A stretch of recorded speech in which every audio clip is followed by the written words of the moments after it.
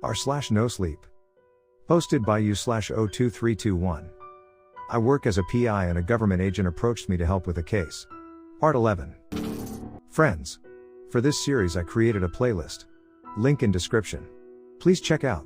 When I woke up, my shoulder like it was on fire and my head throbbing. My left eye forced shut by blood coming from a cut on my forehead. I sat suspended off the ground by something I assumed to be a hammock. When I noticed what broke my fall, I shrieked and struggled free. I crashed down to the ground, my shoulder screaming in pain but it worth not being tangled up in some oversized spider webs. My panic overrode my sense of pain. I scanned the entire room looking for Gregory. When I did a triple take of the empty room, I forced myself to look at the hole in the ceiling. "Nick. Stay there, okay? I'll find my way back up," I shouted into the darkness. No answer came.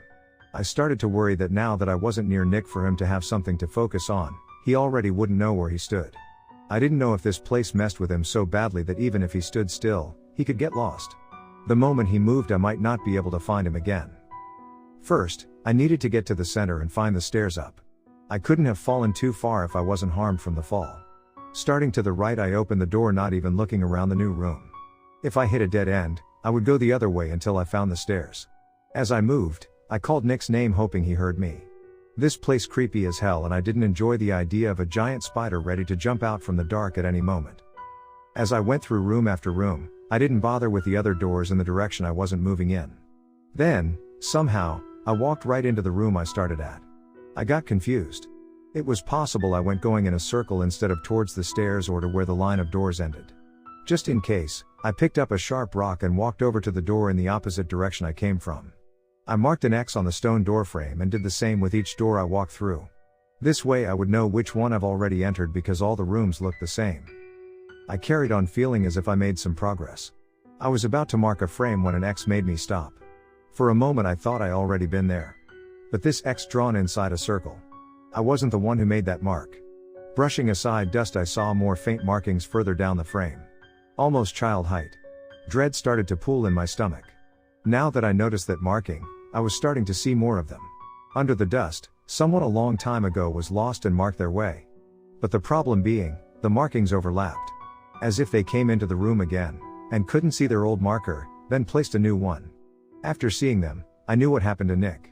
This place made it impossible for him to recognize or remember what each room looked like. Even if he'd been there before, even if he marked it before, each was a new room to him. Every step a new place. How long was he lost for? How long did he wander in this place trying to get free? Did he find the center and look up to the far-off glass ceiling and just pray that someday he would make it there? I shook my head trying to clear my thoughts. I didn't want to think about the torment my partner went through. The catacombs kept showing me signs of his past. I wanted to ignore them in order to focus on finding him, but what remained behind made it impossible. I kept walking in one direction. I stopped, looking at a door and my heart nearly jumped out of my chest. A wooden door had two thick beams placed across it as if trying to keep something inside. There was a crack in the door and through it, a small pale hand hanging limply. It child size and aside from being pale, didn't appear decomposed. My mind thought whoever it belonged to might still be alive. I didn't think. I rushed over to lift the beams free trying to get into that room. Dust clogged the air causing me to cough violently but I still pushed on. After the second beam got free, I dumped it on the ground to yank open the door. I expected to see a person on the other end, but instead a severed cracked arm came with the door. I choked at the sight thinking I was seeing part of a dead child. When I could be able to look at it again, I noticed that the arm actually broken off where it ended. It's so pale because it'd been made of marble or some sort of similar stone. Recovering from my shock, I looked inside the room only to let out a gasp at the sight. Piles of cracked and small broken bodies filled the room. They looked so frail. I didn't understand why anyone would sculpt so many realistic children only to toss them aside. Through some cracks on their broken faces I saw glimmers of red, as if under their pale surface each body really made up of ruby. Due to the sheer mass, I didn't notice the most horrifying fact right away. Each of them looked similar to Nick.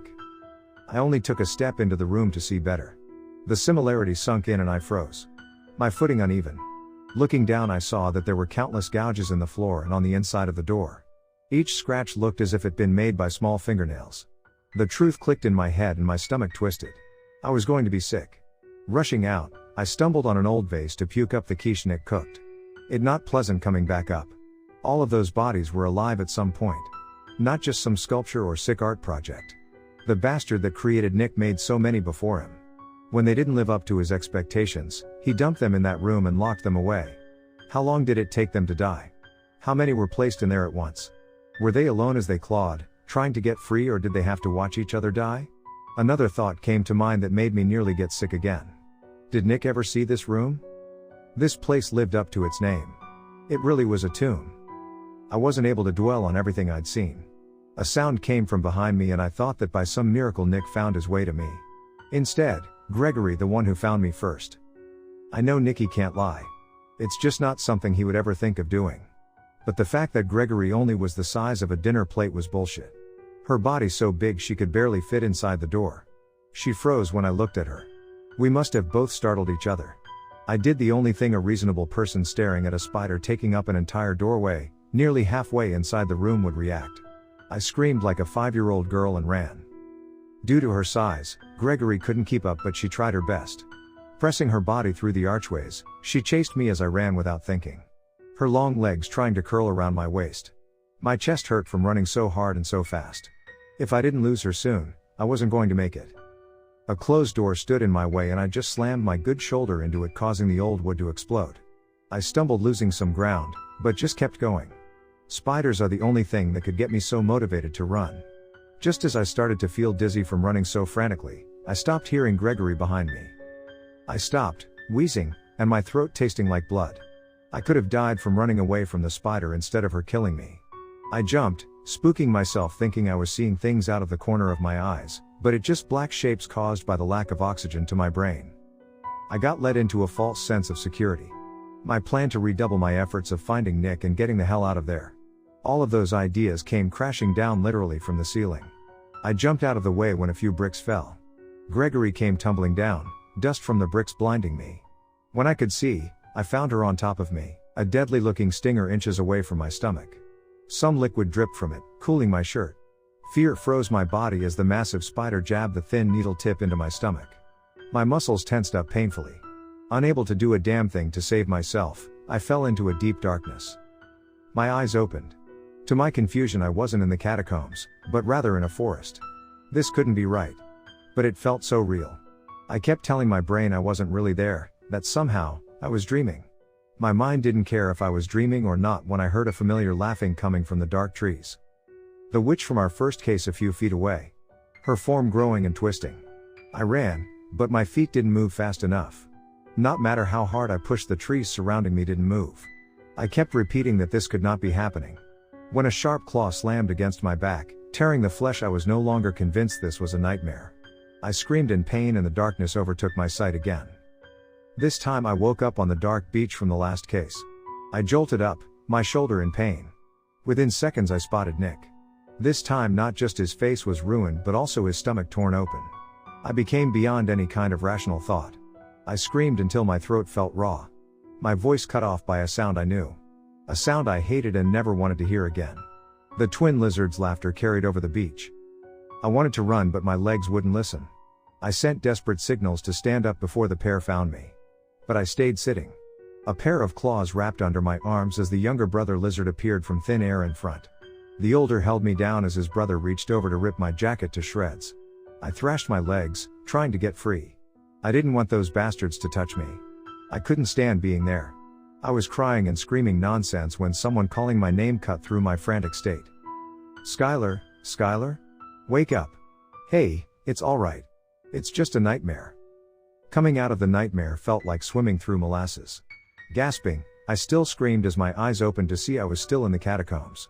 Nick was sitting next to me, his face creased with worry. It took me a long while before I calmed down. Nick was patting my back, unsure of what to do. It hurt my shoulder but I let him continue. What? My throat raw, making it hard to speak. When a spider leg wrapped itself around Nick's neck, I screamed again, hurting myself again. He raised his hands trying to calm me down as Gregory skittered back a little. She's friendly, I swear. Her venom should have only put you to sleep. In rare cases it can give people vivid nightmares. She just wanted you to stay still so she could bring me over to you. Nick explained, keeping his tone gentle. I still choked on fear. Still, I wanted to trust Nick. It's not his fault I was deathly afraid of spiders. Gregory looked tense. I could tell she felt bad for my reaction to the venom. If I just stood still when she found me to start with, she wouldn't have done something so desperate. She kept creeping closer and my skin crawled. My brain telling me she was friendly, but I still wanted to get as far away as possible. She reached out a front leg, holding it in the air. It a sign of friendship. Pushing back my fear, I reached out to touch her soft tip of her leg. Nick looked a bit happy we were all getting along. I brought my hand back, and needed to stop myself from wiping my hand on my pants. I'm sorry, this was all my mistake. I thought Gregory was a different species. I wasn't aware she would grow to this size, or what kind of environment she preferred. It's no wonder why she found her way down here. I wasn't taking care of her properly. I had already forgiven Nick for everything. None of this was his fault. I had a terrible experience and I still shook, but I would never blame my partner. It's fine. Gregory still likes you. I do too. Now that we all found each other, I think it's about time to get the hell out of here. Nick gave me the smallest hint of a smile. Our ribbon destroyed and I didn't know how I was going to guide him out besides holding his hand. Gregory solved that problem. She got low and Nick crawled between her head and her body. She started to move, hunching down so they could both fit through the door. Do you want to come up here too? Nick offered. I gave him a hard no. I was not going to touch Gregory again if I could help it. She knew the way out. In a few minutes we came out of the last door and into the center. I followed behind as Gregory started up the spiral stairway. There was no railing and I needed to go slowly. Her spider legs stuck to the sides and she had no issues climbing up. Each step she made echoed through the air and it made my skin crawl and shoulders tense. I didn't relax until we stood on the glass circle that raised us back to the house. Nick got down from Gregory and she scurried off through the still open doorway. My stomach still uneasy from the trip. The sun above setting making the glass-covered room appear orange. Looking over at Nick, I thought of everything I'd seen below. He started to walk away, but I stopped him by grabbing his shoulder. Nicky, you're my friend and I love you, but I lied. I can't deal with spiders, I said, sounded exhausted. We're friends? Nick asked in an honest tone. Unable to help myself, I pulled him into a hug. His arms hovered at his side, unsure of what to do. What is this for? He asked. No reason. I just felt like doing it. I replied.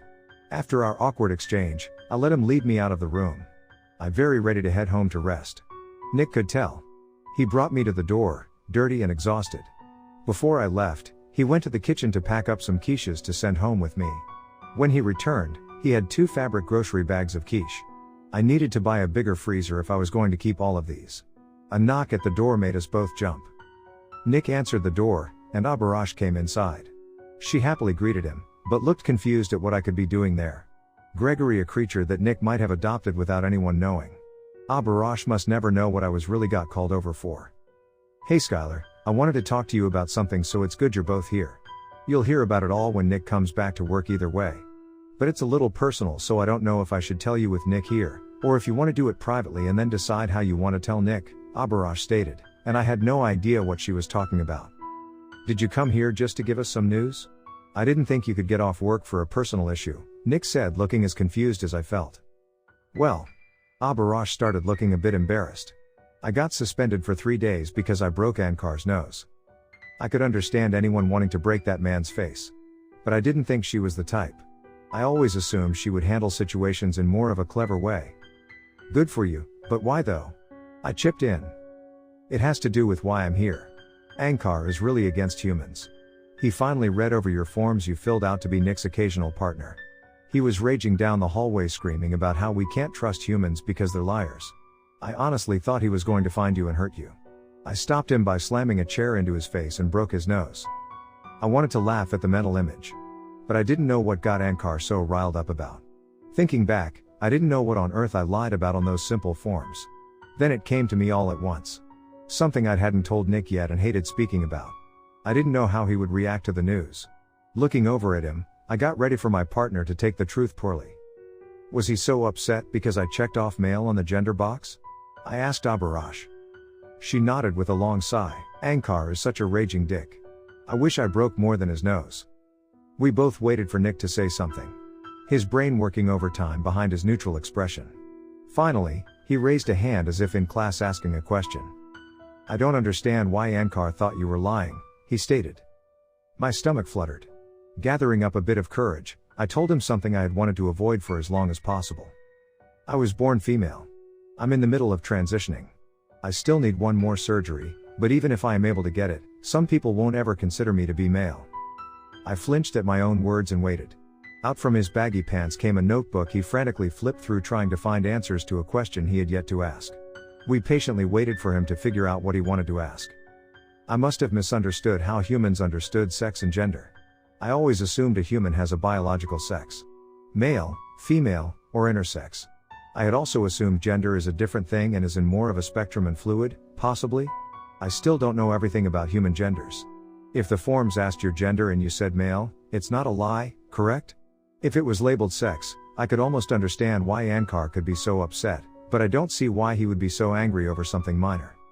I honestly wasn't expecting Nick's response. He seemed clueless about so many other things, so I'd assumed someone being transgender might be too confusing for him. But he understood it better than most people I've spoken with about this topic. A crash from the kitchen took his attention away. Oh. Charles is getting into something. I'll go clean that up. Abarash, I'll pack you some food as well. Nick left us behind, and I felt a little stunned. That went well, I said finally. Abarash gave a small laugh. She'd known Nick for longer and didn't have the same kind of stress I did. She knew how he would react. Nick has always had a fluid way of thinking. He's always pretty accepting. There is a lot of stuff he doesn't know, but we went over the whole gender thing when he tried buying his own work shoes. That explained why Nick had no issues walking around in heels. I felt relieved that the one thing I'd sort of had been hiding came out into the open. Abarash was on my side, and Nick didn't see me in a different way. He came back with 2 more tote bags for Abarash, who looked excited. Skylar, what are you doing here anyway? She asked. As if on cue, Gregory came running across the front room in plain sight. Nick had his back turned, but his face paled a little. Abarash looked from between him and me. Judging from her expression, Nikki really shouldn't own a giant spider. Abarash, could you get Skylar home for me? Nick asked at the same time he was pushing us out of the door. Was that she started? Nick had us both out and the door closed in a matter of seconds. We both were left on the front steps, weighed down by quiche. Luckily, Abarash dropped the spider issue. She walked me to her car that also had tinted windows. I sat in the front seat, but for some reason I couldn't see out the windshield, though she was able to see just fine. Even though we were partners, I couldn't know where Nick lived. She started down the long driveway, casting glances over my torn clothing and my face, still bloody from the cut. She knew I'd been down in the catacombs but wasn't going to bring it up. I'm glad you and Nick are getting along. He's really brightened up since working with you. After what happened to his last partner, I assumed he wouldn't recover. Rain started to hit the windows. I didn't even notice gray clouds before I got into her car. I don't know anything about his last partner. I know she died, but what really happened? I asked, not expecting answers. She went feral. He was forced to kill her. My heart sank and my mouth went dry. I didn't want to hear those words. After everything else Nicky went though, having to kill his partner wasn't right. He kept her cell phone and the charms. It was clear he cared about her a great deal. It was just unfair. Abarash let me sit in silence, looking a bit sorry about what she told me. It's the reason why the agents work in pairs. Going feral isn't that rare. Each agent must be strong enough to take down their partner if something happens. It's the main reason why Ankar doesn't want you working with Nick. If something happened and he went out of control, people may die before other agents can arrive to solve the problem. We sat listening to the rain. In our last case, Nick changed for a few minutes. He displayed a power no one knew about. One that he shouldn't have. He could have killed me, or worse.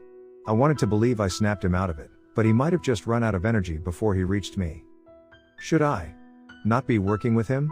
I asked after a while. What? No. Keep working with him. I mean, have you seen him lately? I would rather risk this world burning so Nick gets to spend time with someone who actually cares about him. Abarash's sudden outburst startled me. After I recovered, I smiled at her. She was telling me I could be as selfish as I wanted. Risking the world to spend time with a friend might make me a bad person, but I really didn't care. I started to work with Nick because I needed money. Now, I just wanted to make sure he was alright. We pulled up in front of my apartment building. I left one bag of quiche with Abarash because I didn't have the space for them. She had a big family, so the food would get eaten rather than staying inside my freezer. She gave me a warm goodbye. The trip back to my apartment felt like a journey. The moment I got inside, I tossed off my ruined clothing and had a shower. Gregory didn't leave much of a wound when she stung my stomach. The pain in my shoulder became manageable and the cut on my forehead stopped bleeding, so I didn't need stitches. All in all, it wasn't as bad as I expected. After drying off and putting on clean clothing, I spotted an enemy in my apartment. A spider hanging out in my kitchen, behind the tap. I felt so tempted to kill it on sight. Gregory's big eyes came to mind. Instead, I spent the next 10 minutes getting it inside a cup and releasing it outside. I haven't fully conquered my fear of spiders, but at least this was a start. I work as a PI and a government agent approached me to help with a case. Part 12. The next time I agreed to do a case with Nick, it was sudden. I bought coffee before getting started for the day. I had accepted a difficult PI job that I wasn't entirely certain how to approach. Nick parked outside the coffee shop, leaning out his car window to wave me down. "Hey Snickers, what are you doing here?" I asked, not expecting to see him. He was in a suit, so I assumed he could work again. I didn't think he could handle being bored at home for much longer. His hair much longer from when I first met him. Nicky needed a haircut. It really ruined his secret agent look. A job came up. "We can cover your day job with human detectives. I am the only agent free for this task, and I cannot go into the field without a partner. The corporation is very short on agents lately." I wasn't sure how I felt about someone else doing a job I'd taken, but it did answer my issue of finishing a difficult case I shouldn't have accepted in the first place. The corporation really needed to hire more agents or take less cases. Nick and I weren't a very strong pair. We've really been very lucky on every case we've done so far. "Alright, do I need to call anyone about covering my job?" Nick shook his head, saying it was already taken care of. With that settled, all I needed to do was get into the car. Turns out Nick was a very careful driver. As we went towards our mystery location, a car cut us off, nearly causing an accident. Nick didn't even flinch. I spilled my coffee on my lap and swore. His car looked pristine, but I found some napkins in the glove compartment to clean myself up the best I could. My partner wasn't much of a talker, so I just told him a little bit of what had been going on since I'd last seen him. His expression didn't change, but I think he enjoyed listening to what a regular life was like. We finally reached a forest park. Nick parked, but it wasn't our final location. He needed to draw a magic circle that would transport us to where we needed to go. I didn't have any magic powers and Nicky was weak when it came to magic. He used tools already imbued with power, or as he explained, used power from his surroundings. The nature in the park turned out to be very generous when it came to lending magic for agents to use. The corporation kept the forest clean and well taken care of to repay it. So, leaning on some help from the woods, Nick could make a difficult spell he normally wouldn't be able to use. It took him a while to write all the symbols around the circle. I just watched, unable to assist. "What kind of language is that?" I asked, to pass the time. "It's a common one that creatures of the night use. Nearly every one of them can read and write it. Circle spells can be done in any language though. If you had access to a magic marker, or other objects with power, even you could make a spell. Although, you must freehand a perfect circle and most people get stuck on that," he said as he stepped back to evaluate his progress. "So how come you just don't use English? Won't it be easier than this language?" "This language makes the magic flow better. There is less chance of a blowback if you use it. English should only be used for minor spells. Nothing complex such as this. Also, the wording in spells is the most important factor. It is possible to think around the wording of a spell and make it invalid. I wonder what a good example of that would be." Nick paused to think as I stared at the circle surrounding his car. I never assumed magic would be so complicated. I mean, it's magic, right? It makes impossible things happen without effort. I've known Nick for a while and yet I still learned some things. I'd even asked Abarash about magic, but she didn't go into details about it. She must not have wanted to waste the time because I would never be making spells. An example I can think of is an issue with magic tripwires the hunters created. They set them up so if the wire was tripped, or snapped, it would go off. But they forgot to include the word cut in the spell. If someone cut the wire, the spell would not activate.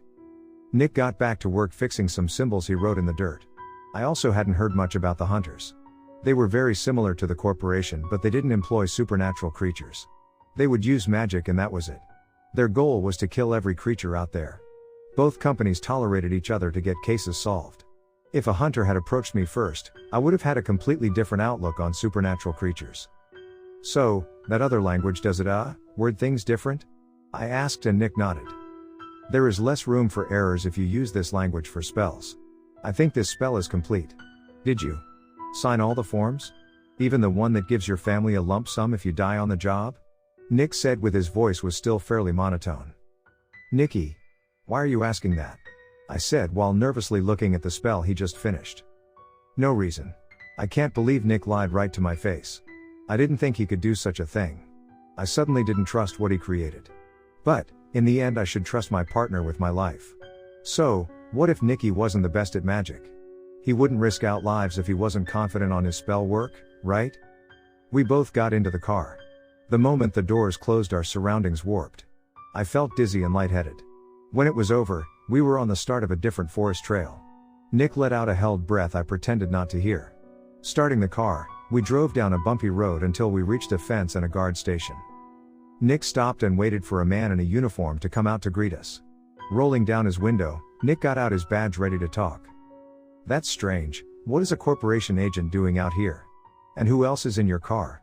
Doesn't look like an agent to me. The guard commented. I wore jeans, a plain shirt and a light jacket. I really didn't look as official as Nick, so I didn't blame the man. A friend, Nicky said. Temporary partner.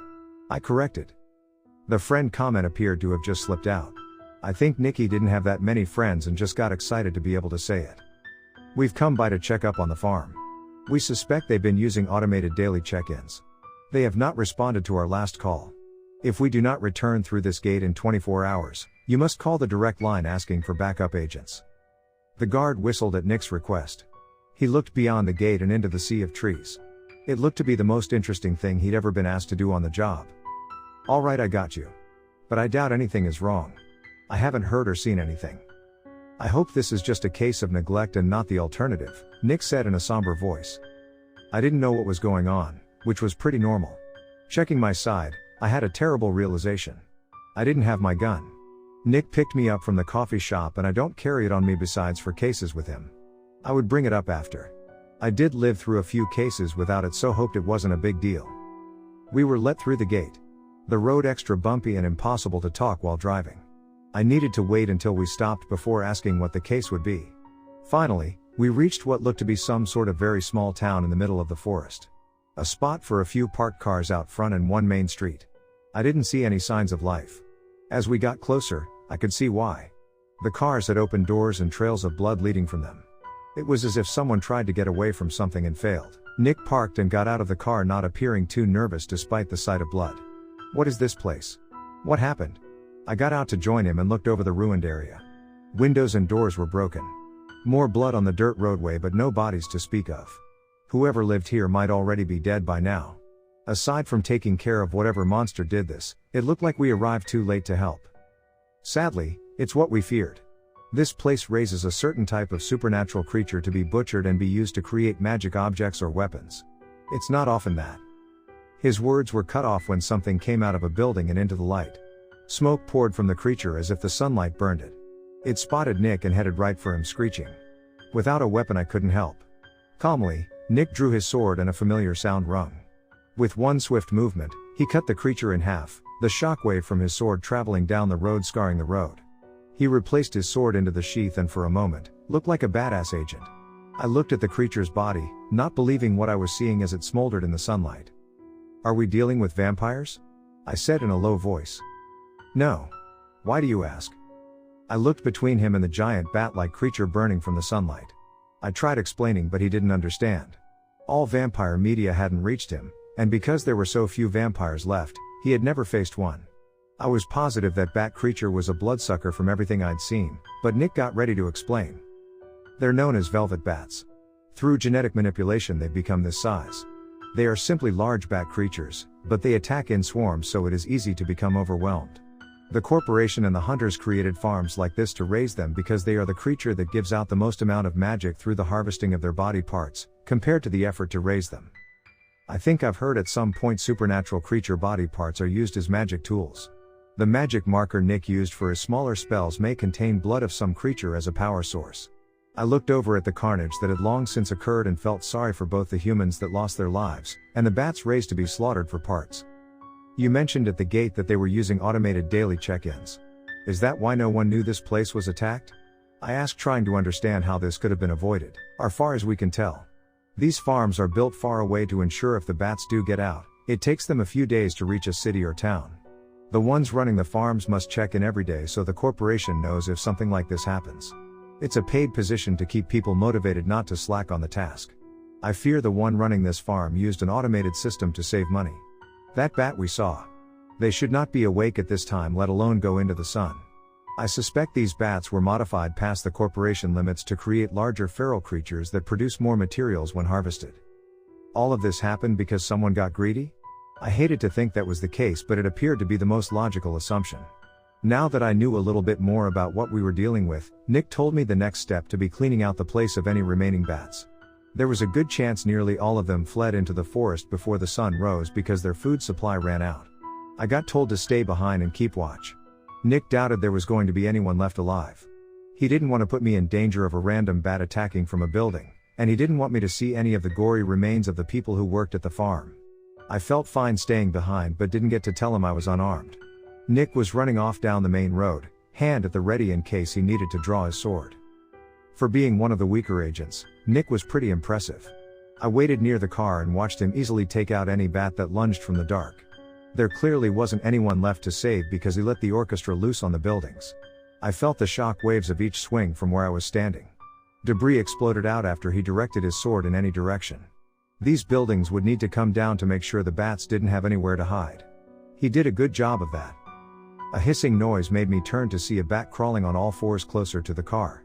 It spotted me and started to hobble closer, drool dripping from its large mouth. Smoke poured from its body where the sun hit it, but the creature didn't appear to care with food right in front of it. Nick? I called out, not taking my eyes off the bat. It got closer, inch by inch. I kept stepping back hoping that it didn't decide to go faster and bite my face off before Nick swooped in for a rescue. I didn't have any kind of weapon. Not even a big stick to try and swat it away. I called out for Nick again and the beast launched off the ground, screeching and wings outstretched. I could only shield my face praying a miracle would happen. At the last second, a razor-thin blade of wind sliced off the bat's head from its body at a speed almost too fast to see. The body kept flying and I stumbled over my own feet. I fell to the ground and the rest of the bat sailed over me to crash a few feet behind. Nick used the shockwave the orchestra could produce to save me at a distance. He came jogging up looking worried over the close call. "Why didn't you shoot it?" Nick asked as he offered a hand to help me get up.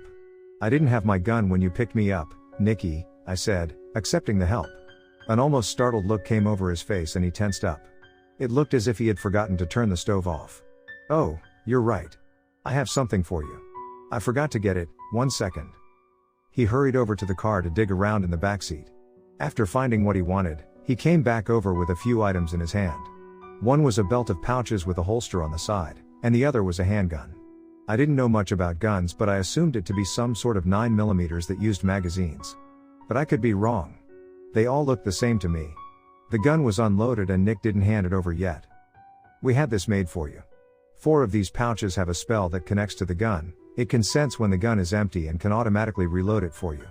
Like, teleporting the magazine in place. Like this." He brought the unloaded gun near to a pouch with a magazine stored inside. A set of identical circle spells glowed on the pouch and the gun. A click echoed and the magazine suddenly appeared loaded. This would be very useful. But why did only 4 pouches have the spells on them? I asked Nick and he continued on explaining. "The spell is more complicated than you would expect. It takes a lot of power to recharge, so we were only able to get 4 prepared. But you have 2 more regular magazines. 4 automatic reloads, and 2 manual reloads. 3 now." I corrected. Nick paused staring at me, the fact he wasted an automatic reload on an example sinking in. His eyes darted to pouch in his hand, fretting over his mistake. I suppose I could have just told you. I could have given him a hard time but decided against it. An honest mistake. I took the pouch belt, finding it wasn't as nerdy as I thought it might be. I double-checked the safety and went over the gun a few times because it was a model I've never handled. Nick held back a magazine so he could take a bullet out to show it off. Aside from it being a dark red, it appeared normal.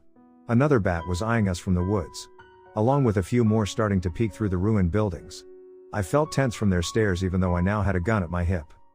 "These bullets are magic infused. I made them while I wasn't working. However, I am not skilled at creating items like this. Some have more power than others. Try shooting these bats as practice. I'll ensure they won't get close." With that encouragement, I pulled the new gun from the holster stitched into the ammo pouch. Triple checking to make certain the safety was off, I lined up the shot and fired. The first missed. The next shot hit its mark, but a weak bullet. The third hit, and exploded the bat's head. I jumped and swore at the sight. The other bat scurried back, hiding for the moment. I never expected the bullets to be that strong. Jesus, Nicky, what did you use for these? I asked, still a bit stunned. Some of my blood. Another unexpected answer. I looked at him, trying to picture my partner sitting at home by himself, bleeding to create a weapon. I did not enjoy that mental image in the slightest. How much did you use? How are you still standing? I mean, there are 6 magazines here.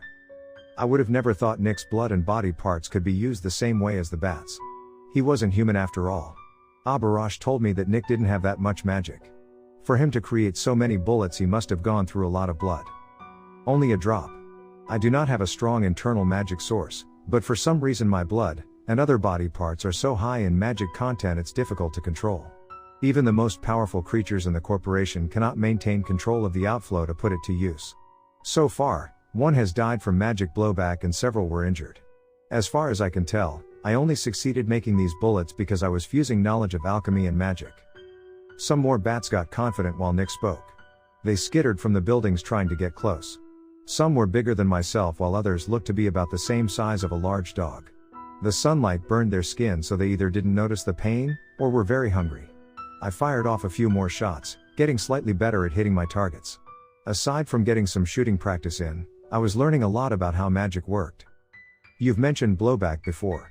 Is it really that bad? I asked, keeping an eye out for any surprise attacks from the creatures that were still hiding. Yes, it can be. It happens when someone attempts to use more magic than their body can handle. It's the reason why we cannot heal you in the same way we can heal the supernatural agents. Humans have a low magic tolerance. A healing spell may fry your nerves, or kill you. I've heard that before. It was the reason why there was a scar on my face from the twin lizard case. There were some medicines that could have fully healed all my injuries, but the corporation didn't have any on hand at the time. Abarash apologized, saying they didn't hire very many humans, so didn't notice when the supply ran out. It also takes a while to harvest the ingredients, so she was unaware of when more could be made. Being a human working for a mostly supernatural run company sure did have a lot of weird drawbacks. A smoking bat took at least 4 bullets to take down. Each bullet did have different power levels. Some took out a bat in one hit, others needed a few. What would come out of the gun next completely random. Nicky did say he wasn't all that great at making stuff like this. I just hoped the more powerful bullets would come out at the right time and that a whole magazine weren't duds. Even the weaker bullets did damage, but I didn't want to be in a situation where Nick wasn't around and I was facing more than one bat with a weak gun. There really is a big difference in bullet strength. I commented. I'd only killed a few bats, but I had already emptied a magazine. Nick needed to help show me how to manually reload a new one. I did not test them out beforehand. Although, I'd hoped even the weaker ones would be more powerful than this. I'll be sure to adjust the amount I place in each bullet for the next time.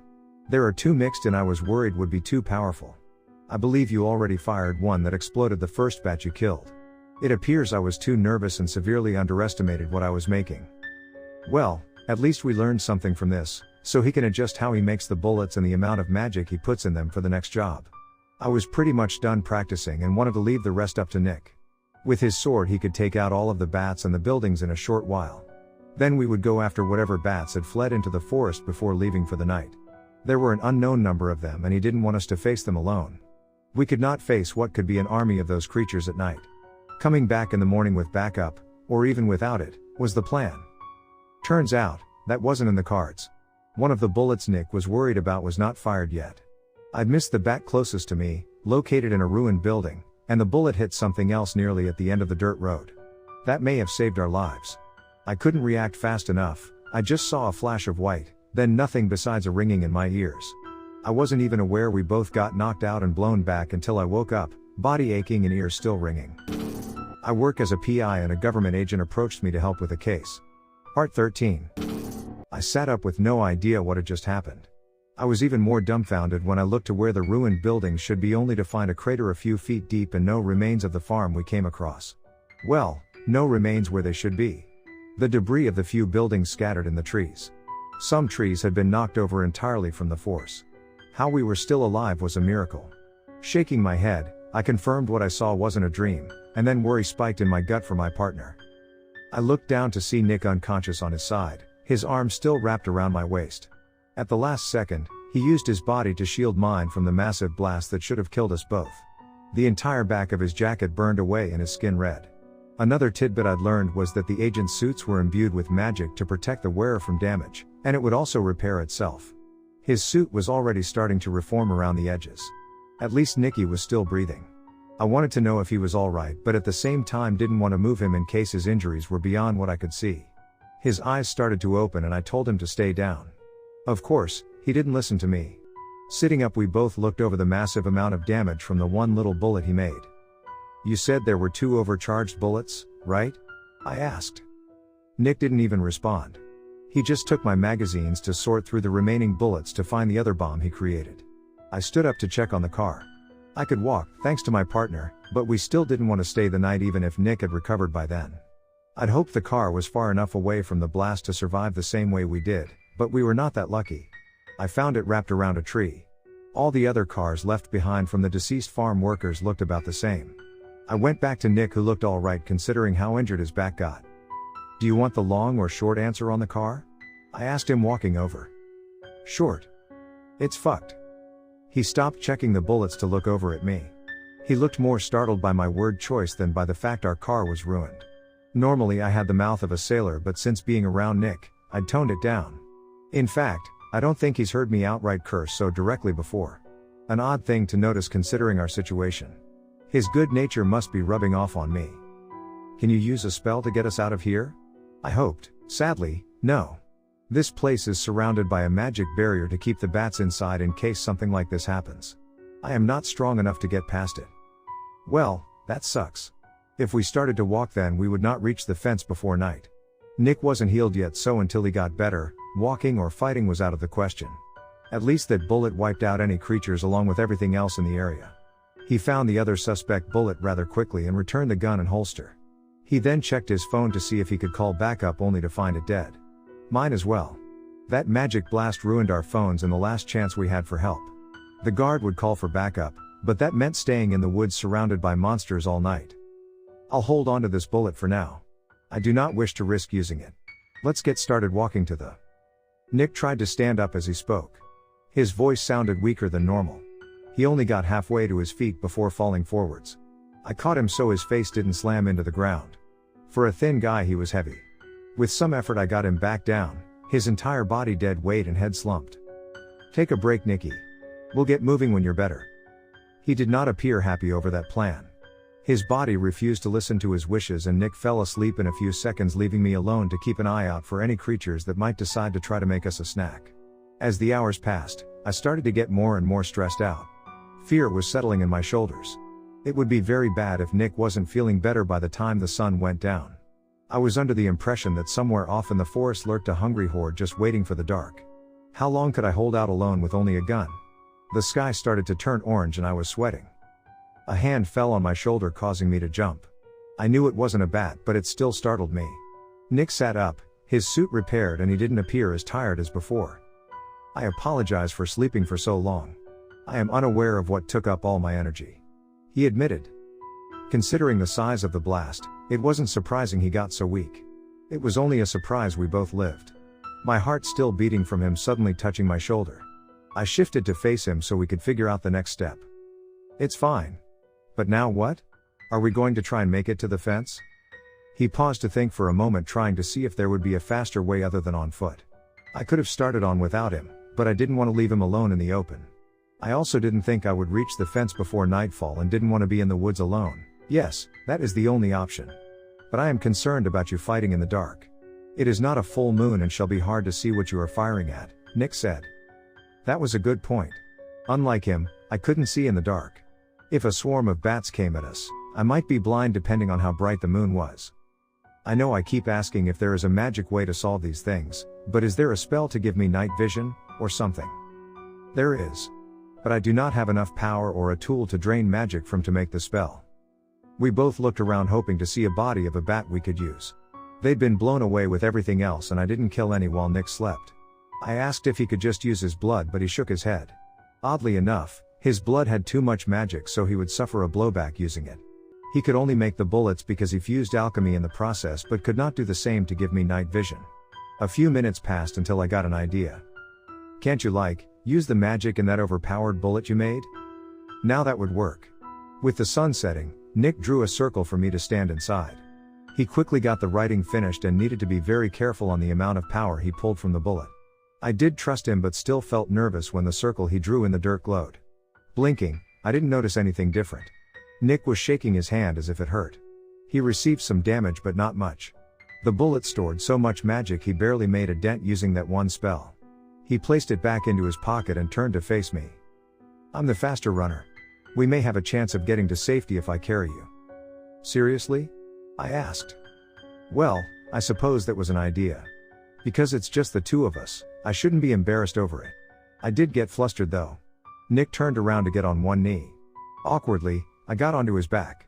My hands were free so I could fire if needed. This was part of the mission I would ask Nick to keep out of the final report.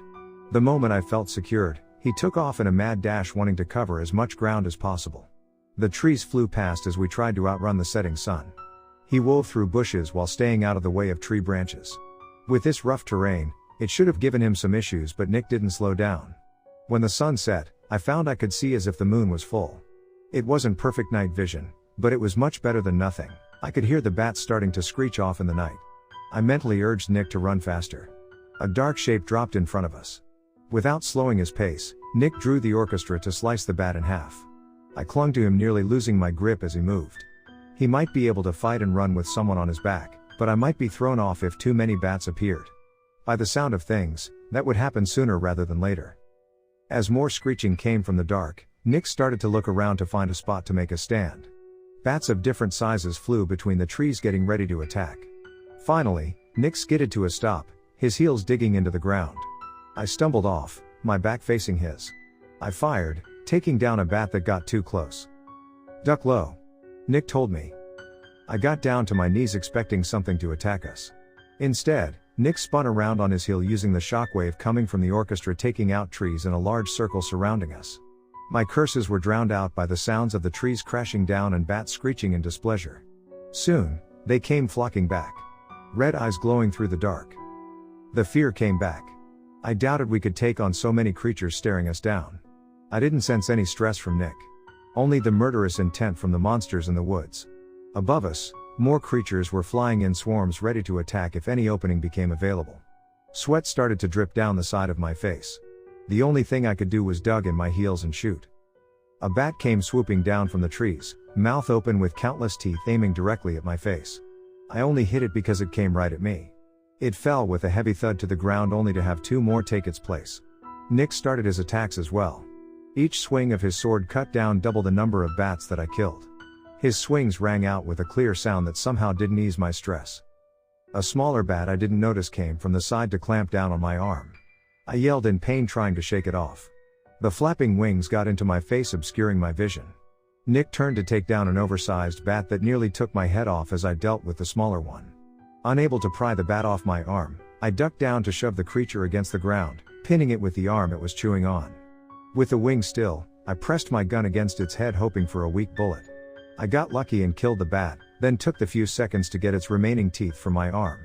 It bled and stung like crazy, but I was still alive. As I straightened up, the situation got worse. No matter how many bats Nick killed, 10 more took their place. The fear caused me to freeze for a second. My partner doing his best to keep his attacks up while not taking me out with friendly fire. The few seconds of fear that made me pause firing was all it took. Nick was turned away for a moment. A massive bat swooped in, claws out. Both of its feet clamped onto my shoulder, the sharp nails digging into the skin. With 2 beats of the wings, it lifted us both off the ground. Nick turned, his hand reached out trying to grab my leg. I felt his fingers brush against my ankle, then I was out of reach. I struggled trying to get free. Hundreds of bats of different sizes swarmed Nick when he tried to stop my kidnapping. Turns out, I was deathly afraid of heights. The bat carried us higher, far beyond the treetops. For a brief moment, I could see Nick bursting through the swarm of bats trying to reach me somehow. I let out a scream, thrashing not knowing what to do. If it dropped me from this height, I would die. We flew at crazy speeds through the air. The wind freezing cold, but I would be trembling regardless. The wind was so powerful I couldn't breathe that well. I had no idea where this bat was taking me, or what it was going to do. A terrible sound caused me to force my eyes open to see where it came from. A massive swarm of bats were flying around in a ball and we were heading right for it. My mouth became so dry I couldn't even scream. Without any doubt, if I got brought into that ball, I would be eaten alive. The gun was still in my hand. Debating what to do, I looked between the ball of screeching death and to the ground. I needed to make a choice in the next few seconds. Death by bats, or by falling. Just as I tightened my grip, Nick made the choice for me. I caught a glimpse of him in the trees below. It looked as if he just threw something. I heard a small object shoot past my ear, tearing through the bat wings and keep going into the ball of creatures. A blinding white light came from the middle as all the bats were blown away. The one carrying me screeched and I felt the claws release their grip. Nick had tossed the bullet he had kept, causing the bat trying to take me away to let go. He also took care of the others that may swoop in stealing a falling morsel. My body flipped as I tried to stay steady while crashing back down to the ground. My stomach was in my throat. I'd been on some roller coasters and rides that dropped from a certain height, but nothing compared to the feeling of free falling. The wind made it nearly impossible to keep my eyes open. I expected to hit the trees, but below, the ground was even further down than I thought. A cliff separated two parts of the forest. Nick was on the higher ground running to the edge trying to reach me before it was too late. I caught sight of him while I fell.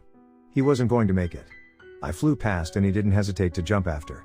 My body flipped so I could try and reach a hand out to his. He looked so close, and yet our fingertips were so far away. I knew there were only a few more seconds until I hit the ground. Nick did something I didn't understand. He drew his sword while in midfall to send a shockwave onto the ground below.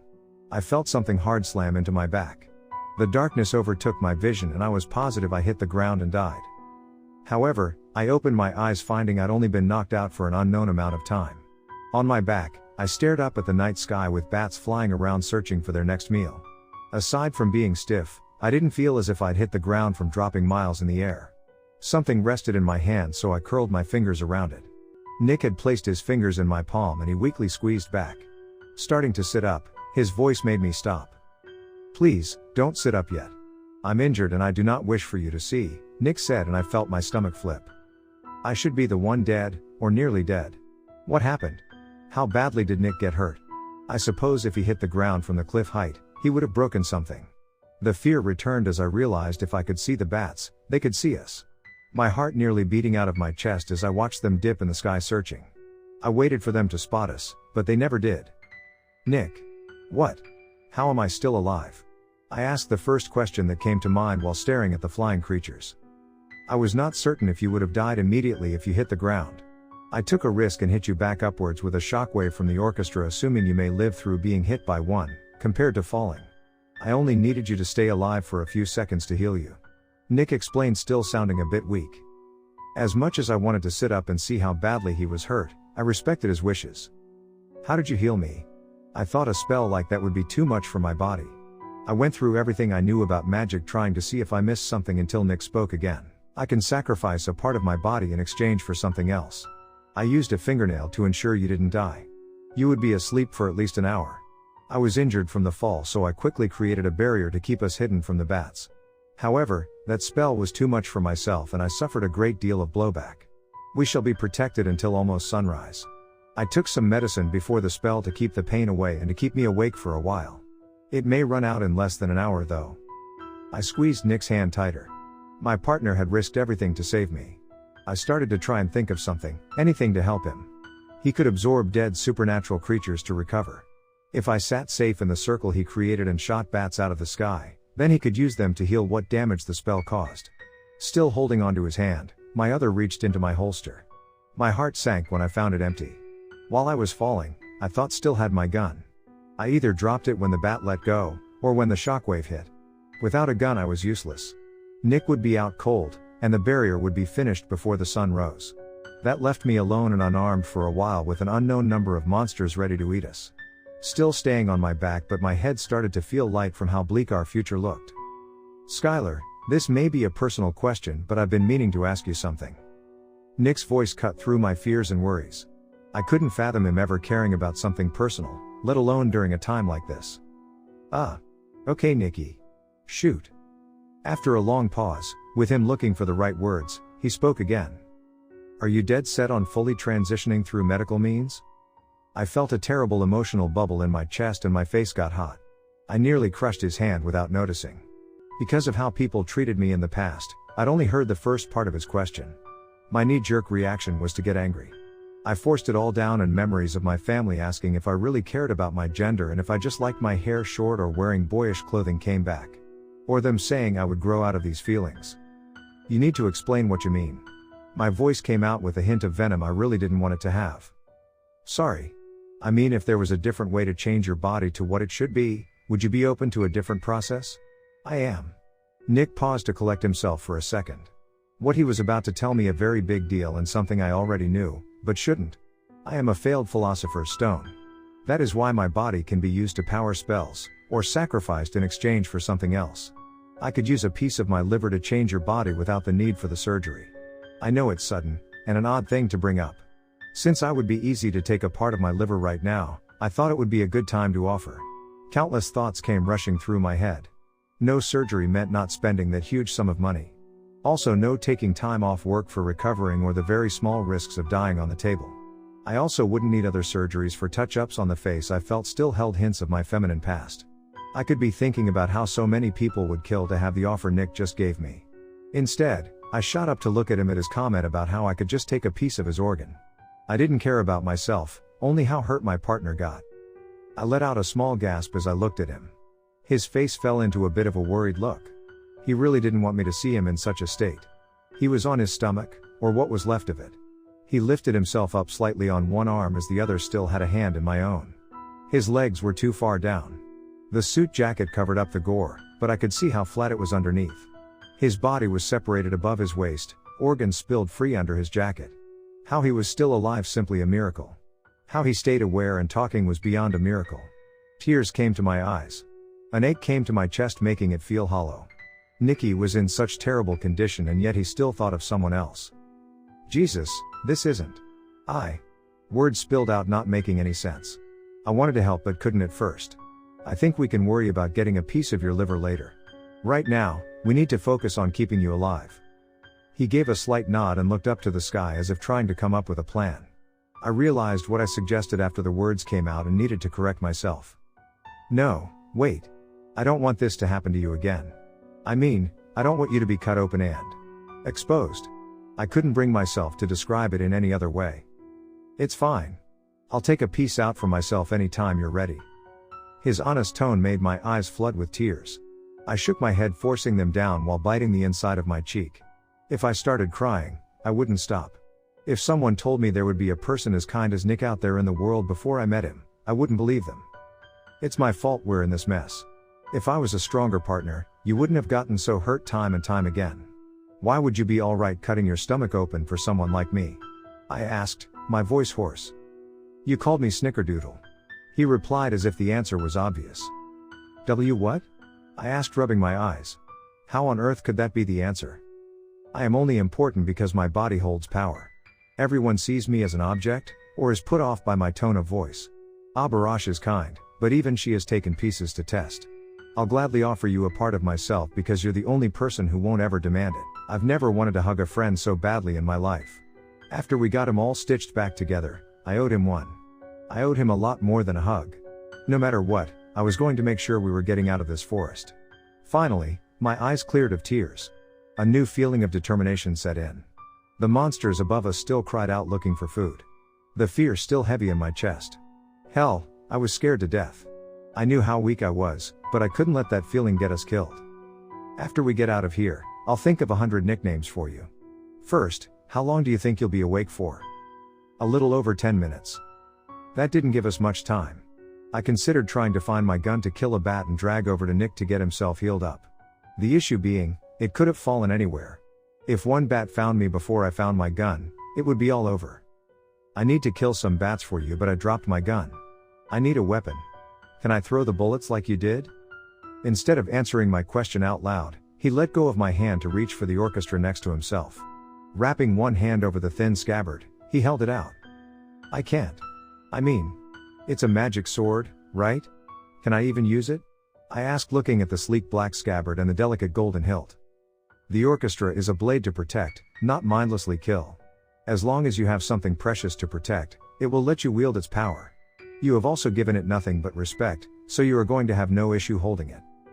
Carefully, I let him place it in both of my hands. I expected it to be heavier, but the sword felt lighter than my gun. I still doubted myself. Clutching the sword tight, I thought of all the times I'd seen Nick use it. The one time it got snippy with him and refused to be used for a while was after he had cut the van in half. The rest of the time he used it to protect something precious. His partner. I was going to do the same. I looked at his dark eyes silently saying I was ready. "Let it sing," he told me. I stood, looking up at the dark sky swarming with bats. I drew the sword with a ringing sound echoing through the small clearing. I kept the scabbard in a belt loop, not wanting to dirty it by placing it on the ground. My hand shook slightly, but I could feel the sword didn't care. It knew my reason for borrowing its power and approved of it. Not knowing what else to do, I swung the sword towards the sky with all the strength in my arm. Something in my chest pulled as a shockwave came out. It crashed into a mass of bats, knocking them from the sky. I wasn't relying just on the sword's powers. Each attack took some of my own strength. I would give it everything my body held. With another swing, I aimed above us, hoping a few bats would drop nearby, but not on top of Nick. The sword in my hand quickly overtook my reason. It was similar to the eel that wanted to cut and would force the user to do so. But the orchestra was overwhelming me with frantic excitement. My arm swung again, then again, making more ringing noises that cried out with the shockwave crashes. I could do nothing as the sword completely overtook my body. Each attack added to the song it was creating. Something that shouldn't sound as beautiful as it did. The sounds of the sword mixing with the dying cries of the monsters and their bodies hitting the ground. I was unaware of how long it lasted. My entire self in a frenzy trying to keep up with the song. Everything ached.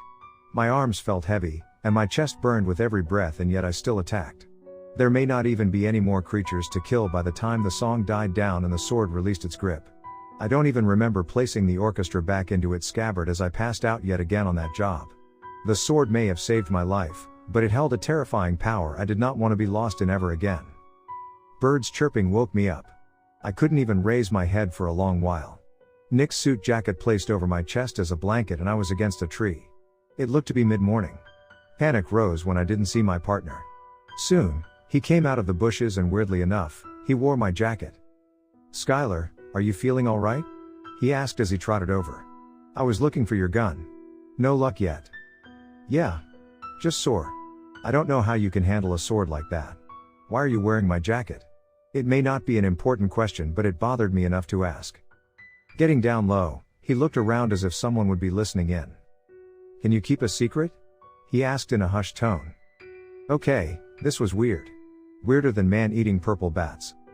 "Yes," I said cautiously, still looking around as if he would be caught. He slowly opened up one jacket pocket while trying to keep from too much sunlight getting inside. I peered down expecting anything.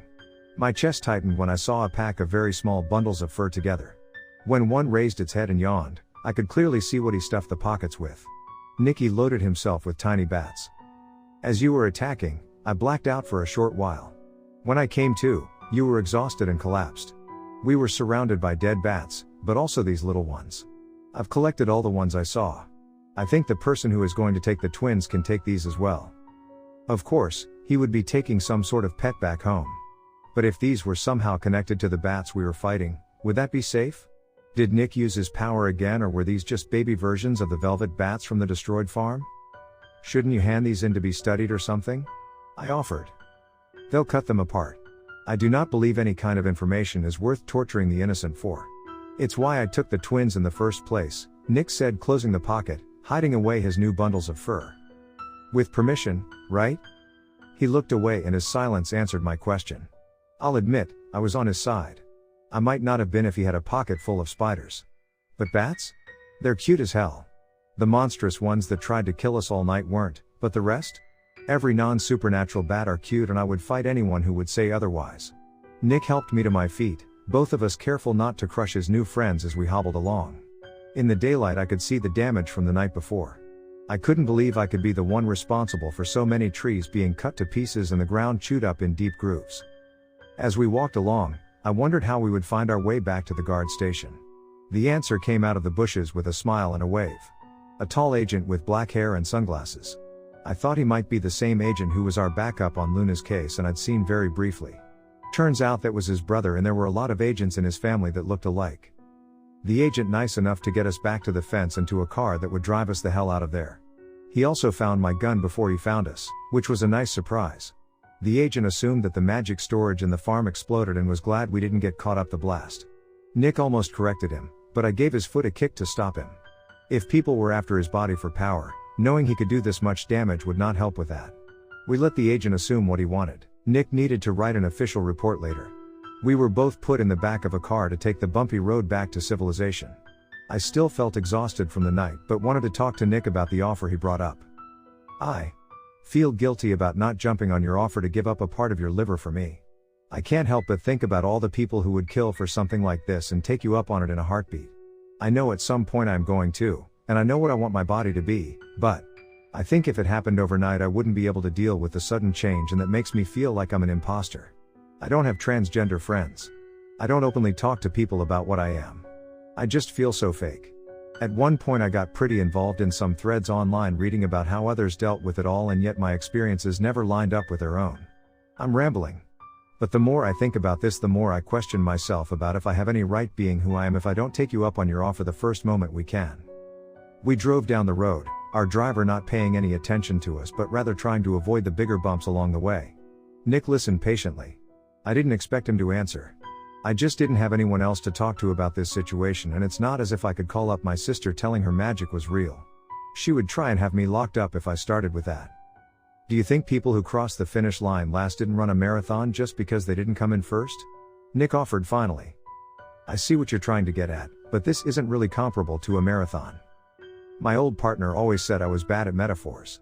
What I am trying to get at is everyone has their own pace and their own goals. You'll always be male. It doesn't matter if you're taking small steps to line up your body to what you're comfortable with. It does not matter what others have experienced, because they are not you. I never assumed the answer could be so simple. I always worrying and overthinking it all.